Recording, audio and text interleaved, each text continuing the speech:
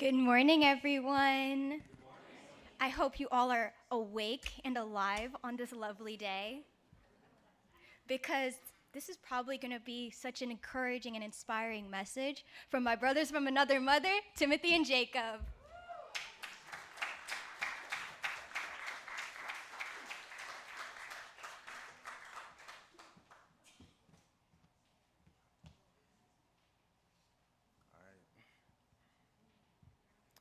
Good morning, everyone. Hello. So as you guys know, maybe some of you guys don't know, but my name is Jacob. I'm 19 years old. I'm a second gen. And yeah, today I'll be talking about my experience on GPA this year. Yeah, actually, I was actually quite surprised I went to GPA. Like, I was really so against it. My mom would always bug me about it throughout the years, but I always told her I'm never going. But here I find myself, and actually, I'm really so grateful to God for guiding me to GPA. I can really see how He guided me so clearly right now. But with that, today I'll be speaking about the theme of understanding my identity as a child of God throughout this experience.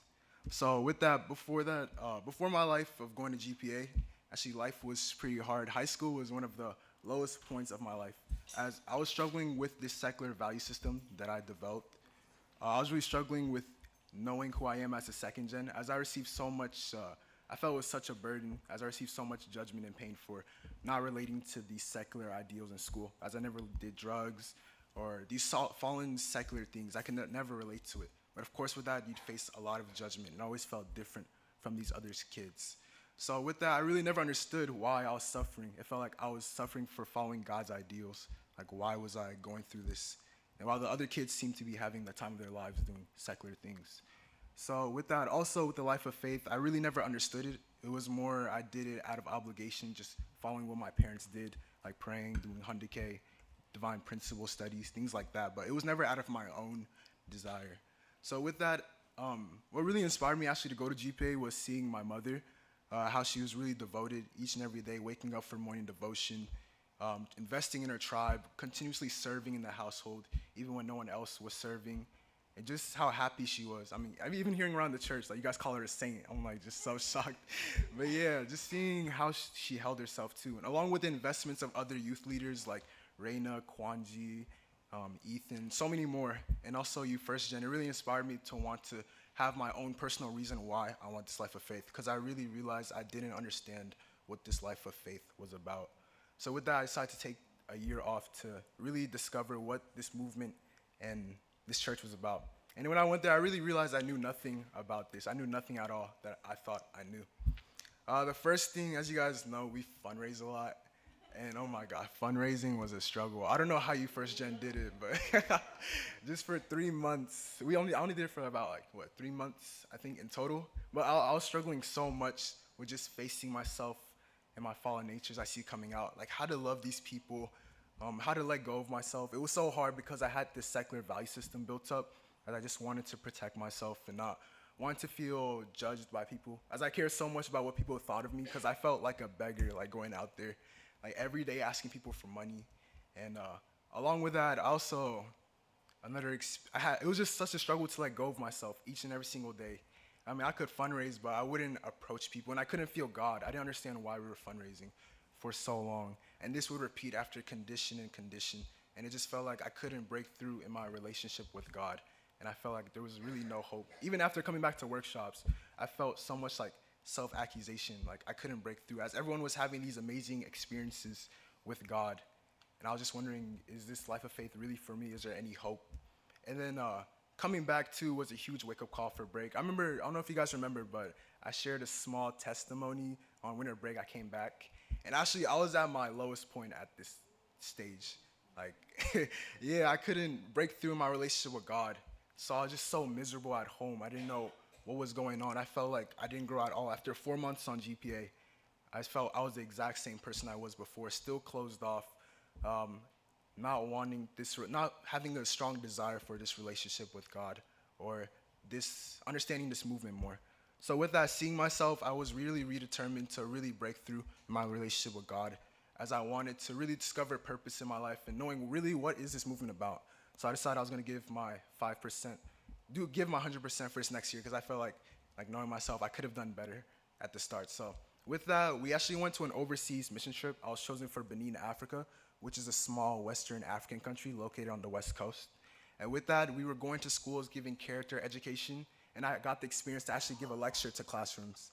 And with that, after these lectures, telling people why it's important to be good, we saw so many questions. I saw so many questions arise from these young people as what is the purpose of life, or why are they actually struggling, or why is Africa so poor? And I saw like how lost these young people were. They didn't have any answers as to why they were struggling with these things, or even why are we giving this character education. I really began to see like how important what we have, like knowing everything that we have in this movement, like having direction, especially us young people. And along with that, what really inspired me was the devotion of these missionary brothers and sisters in Benin. As I saw how devoted they were, even when they had little to nothing. Like so many days I would hear that they would skip meals or have no water or electricity, but still their devotion and sincerity was so strong, even when they had little to no external things. And that really inspired me to really fight even harder when I got back from my life of faith, seeing I had no reason not to break through with my relationship with God. So with that being said, we had one more fundraising condition. It's called Spring Competition, which was a heavily competition which we participated in, which we just competed in seeing who could make the most money, basically. But with that being said, I was really determined, as this was basically, I felt it was like my last chance to really meet God and know who he was. So with that, I decided to do a fast. I actually participated in Ramadan, which is my mother's like Muslim tradition, which I would fast for 7 days a week. So I would not eat no food or drink any water until sundown. So basically until the end of the day when I was done fundraising. Because I really wanted to push my external body to the limit, to the point where I could just go back to God every single moment when I was struggling.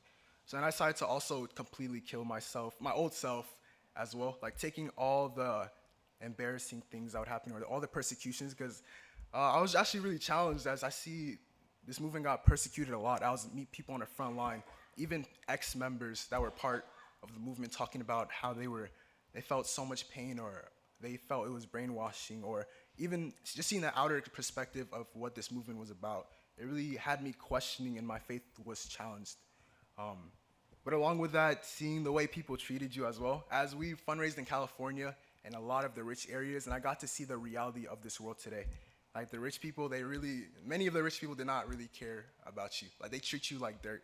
Like so many times, I remember my team was called peasants when we would go into the restaurant. Like we were at the lowest of the lows. I was really in the servant of the servant position.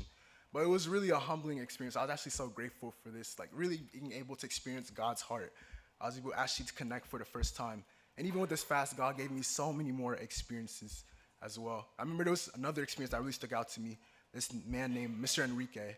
It was the first time he met someone. I was the first person he met in 3 years that came into his office talking about God or Christ or Jesus or whatever he believed in.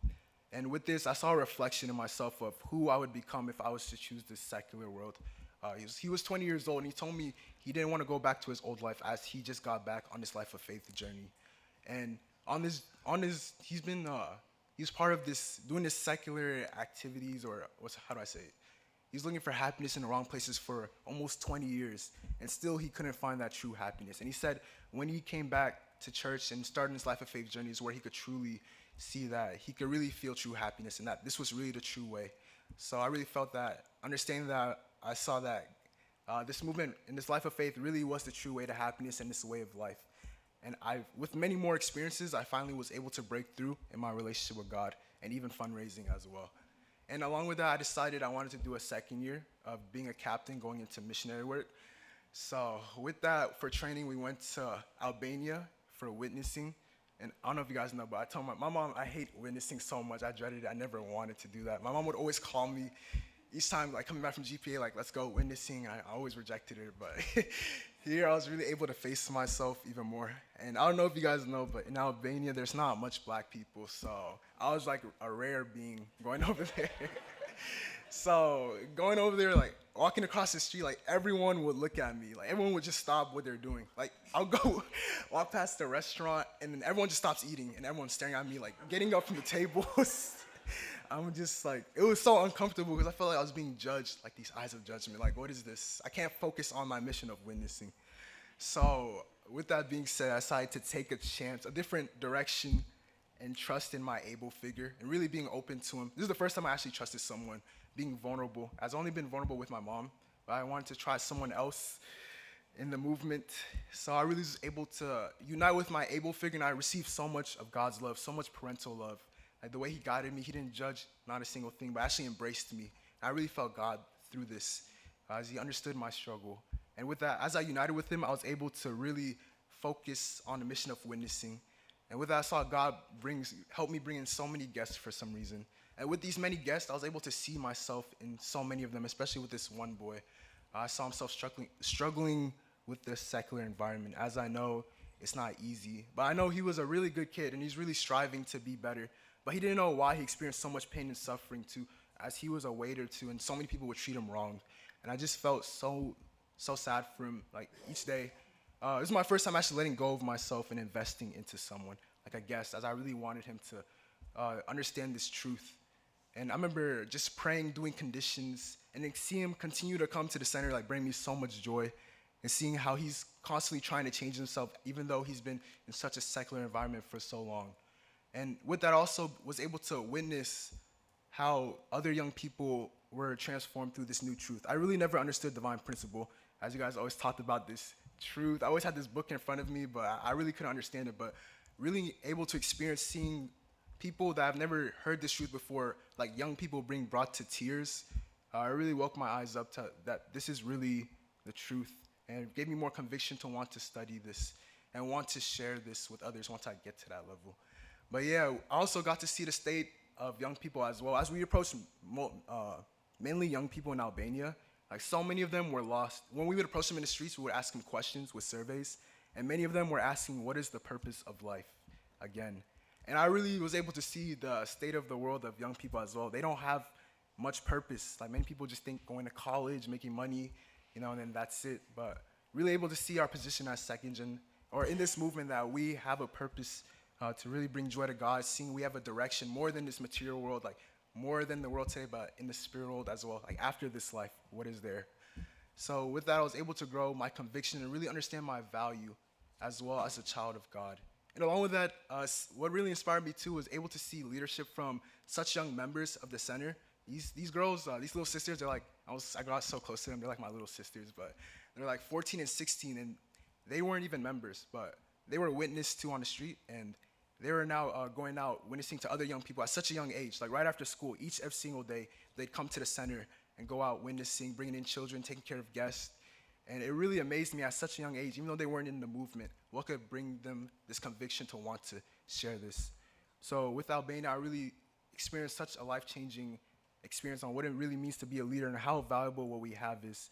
And I really understand many times as a second gen, it can be hard, it may feel different, it can feel weird from this secular world, but really seeing that God really loves us and really needs us in this world today, because the state of the world is in such, I don't even need to say, you guys can see it today, but really how long God's been waiting for. I never understood it, but 6,000 years, I really got to experience that, how God can claim children of his own, and that you guys really are the children, are the future that God needs. So I really hope you guys can continue to, especially the second gen, I know it can feel weird, but just really trusting your parents, really keep coming to church, and really invest in this life of faith, because really it's where you can feel true happiness and really understand that God really needs you today. So thank you.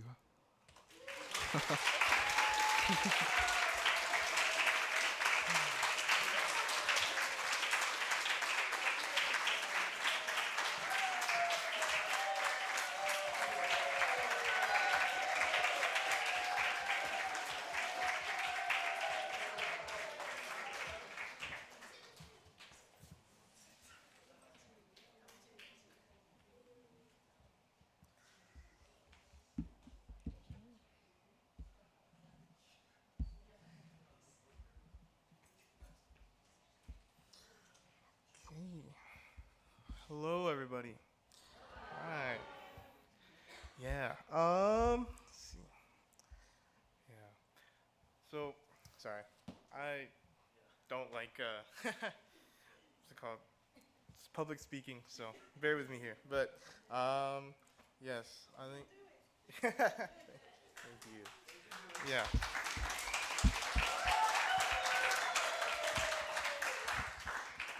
But yeah, today I'll be talking about kind of, I guess just more personal experience, like, yeah, how like God has touched me. I think, yeah, like God touches each and every one of us. Um, but yeah, so as for me, coming into this year, it's very, I don't know, I wouldn't really say I had like the biggest reasoning. Um, Still to this day, can't believe that I decided to do this. It's pretty rough. um, yeah, but still, even like before coming on GPA, like being guided a lot through just little things, like things here and there, um, whether it be like yeah, getting all the stuff I need, getting all the paperwork or anything, or yeah, whatever else that may come up. Um, yeah, really being guided a lot, even before coming. Um, but yeah, since wasn't really too clear, I think made it very difficult when I was starting the first few conditions, especially. I was struggling a lot. I did not want to go out fundraising every day, talking to people, like facing myself, like going out, talking to people. Yeah, it was difficult. I struggled a lot with that. But yeah, going into um, I guess the end of the first half of the year, um, kind of where things started to pick up. Um, yeah, it's our winter competition. So yeah, everyone's like trying to push themselves and choose new heights, and I'm just trying to make it through to get to winter break, to go back home.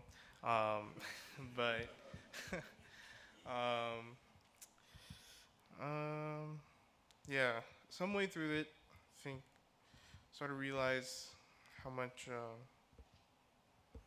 yeah, how much we're really struggling with it, how much God was trying to really give through that day. So yeah, like that day, the first run, I struggled a lot.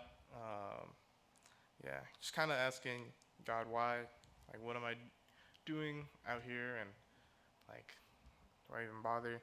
Um, but yeah, after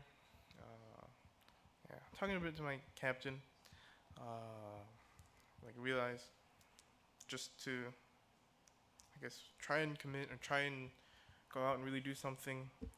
Um, so that next run, I committed myself to make because yeah, it was before lunch. So before eating lunch that day, I want to make sure I made $100.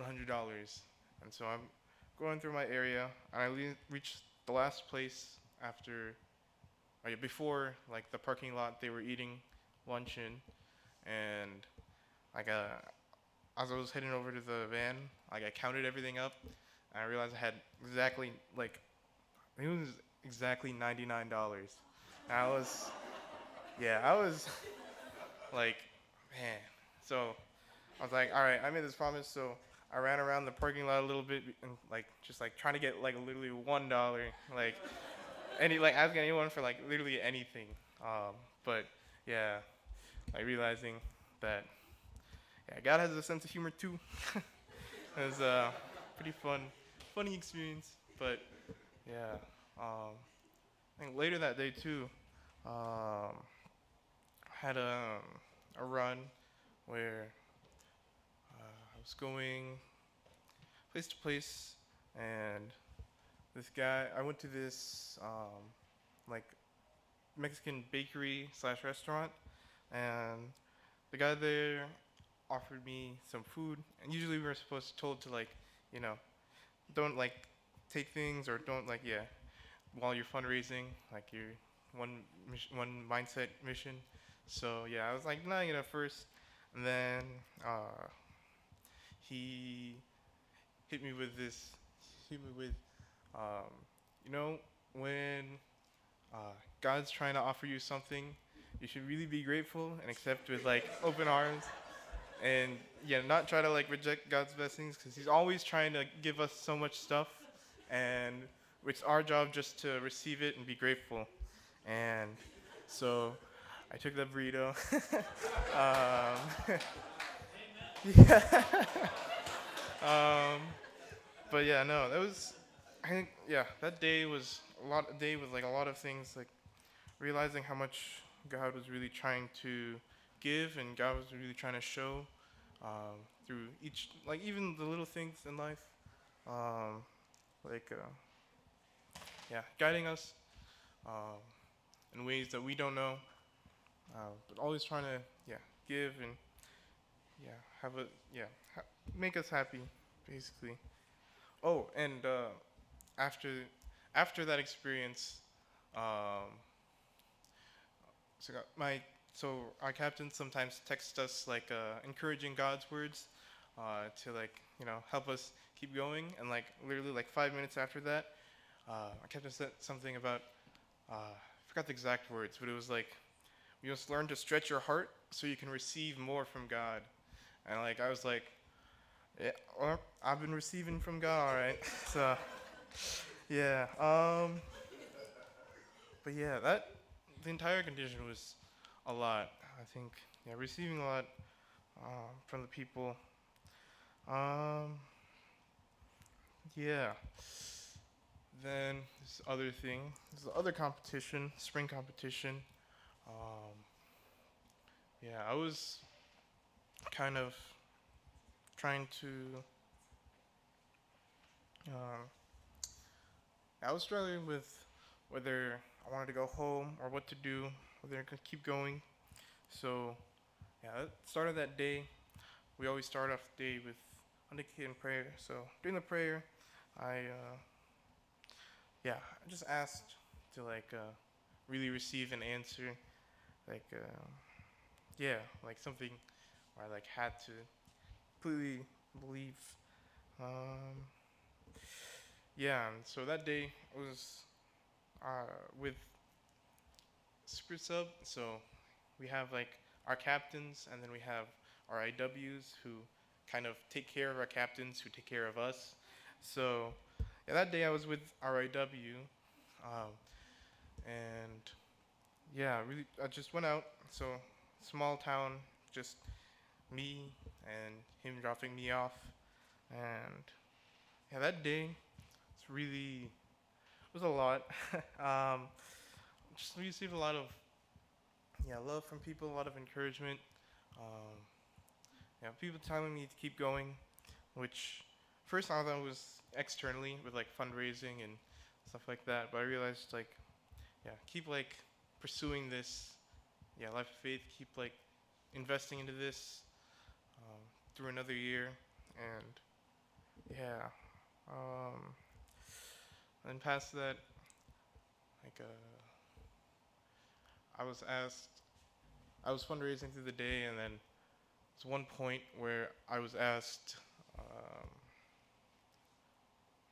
yeah, a Bible verse. So I recited the first one that came to my head, Matthew 7:7, seek, seek and you shall find, basically, um, and like yeah, throughout that day, just like receiving a lot of things, and at the end of the day, realizing, yeah, I hit the goal that I set out to hit, um, like I asked for, and I'm not really good at fundraising, so it was like a step above for me. So, yeah, hitting the goal, uh, kind of realized, yeah, just like how much God is really, uh, yeah, guiding us and giving to us, and really just trying to, yeah, I guess teach us through our lives, in our own unique ways. It's each of one of us are unique. He also gives us something and guides us in ways that are unique to us as well. And yeah, just tries to love us every moment.